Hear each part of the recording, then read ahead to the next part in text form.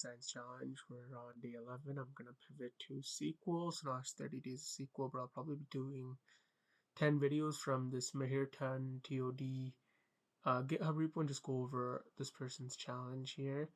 And we'll just go over these things today. What is SQL, why learn it, prereqs, what you learn, tasks, how to install it. So, day one of the SQL learning journey, there's basics, setting the foundation for understanding SQL, which is structured query language. By the end of the session, you get a clear idea of what SQL is and why it's so crucial in modern data management. It's a standard language used to manage and manipulate relational databases, lets you retrieve data efficiently from databases, insert, update, or delete data in databases, define and manage database structure schemas, control access and permissions in database systems. It's the backbone of many database systems, including MySQL, PostgreSQL, SQLite, and MySQL Server, Microsoft SQL Server. Why learn it? It's useful for anyone in data-related fields like data science, analytics, software development, web development, and database admin. It's highly sought after in the job market. It's an essential skill for career growth, so very useful. Before starting, you can have basic knowledge of it. Some database tools are useful.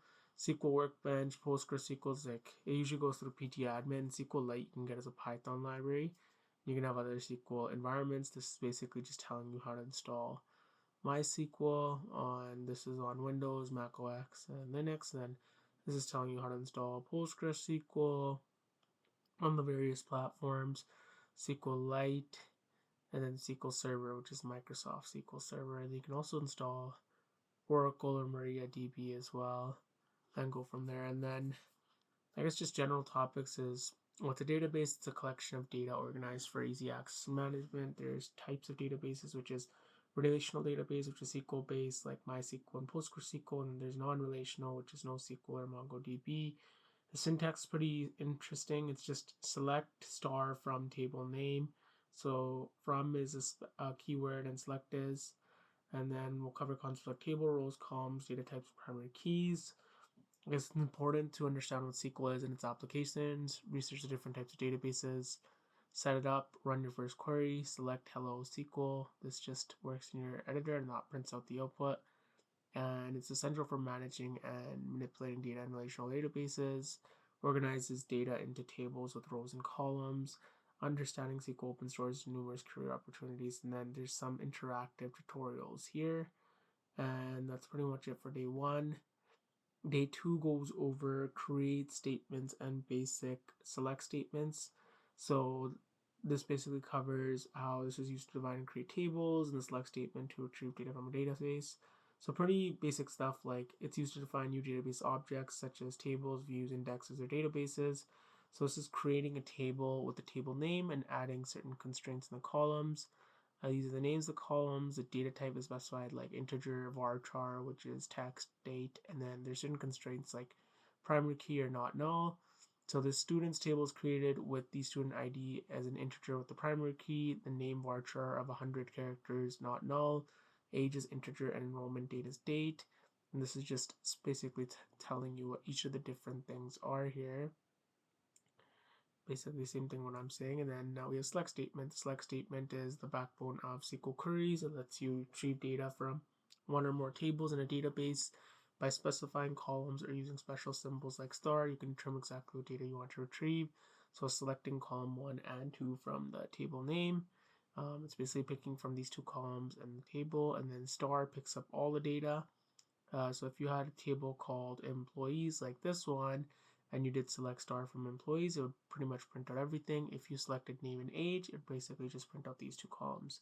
Then there's practice exercises of creating a table statement to create a new table with products with product ID, product name, price, and stock quantity. The very beginning of this example can be used like at the top that we saw how to create a table. So that information is there. You can insert in sample data as well into the table, and then you can write a query to basically get the name department column from the employees table. And this basically went over create statement, basic create table queries, select statement, and when you use star. If you go into filtering data with the where clause, we can go over this as well. So this is day 3. It's one of the more essential tools for retrieving specific rows from a database table. The where clause is used in SQL to filter records that meet specific criteria. Without it, SQL queries would return all rows in the table, which might not be used.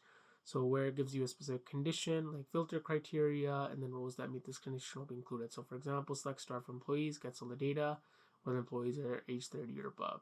Using the where clause with comparison operators, so you have equal to, not equal to, greater than, less than, greater than equal to, and then less than equal to. So select star from employees where department is IT, giving a specific variable. You can also have and or not. So and all the conditions are true, or at least one condition is true, and then not is none of the conditions are true. So selecting from employees where the age is greater than 25 and the department is HR. So these two have to be met. This one says select star for employees where department is IT or department is marketing. So it can be either or. And this one says select all employees except the ones that are in HR. And you can use where clause with pattern matching with like. The like operator is used for pattern matching in SQL, supports two wildcards. Percentage matches 0 or more characters, and underscore matches exactly one character. So when it says select employees where name is like J percentage, it's matching this J character. Over here, it's matching all the names that have Smith. And then you can also filter for null values where you have the is null or is not null operators. So you can retrieve employees without a specified department, select star from employees where department is null. You can also retrieve employees with a specified department, so select star from employees where department is not null. There's some practice exercises that you can write out. And then we went over the purpose and syntax of the where clause, comparison operators for filtering, combining conditions with logical operators, and then pattern matching. And then we'll go over this sorting data with order by in the next video. Thanks for listening.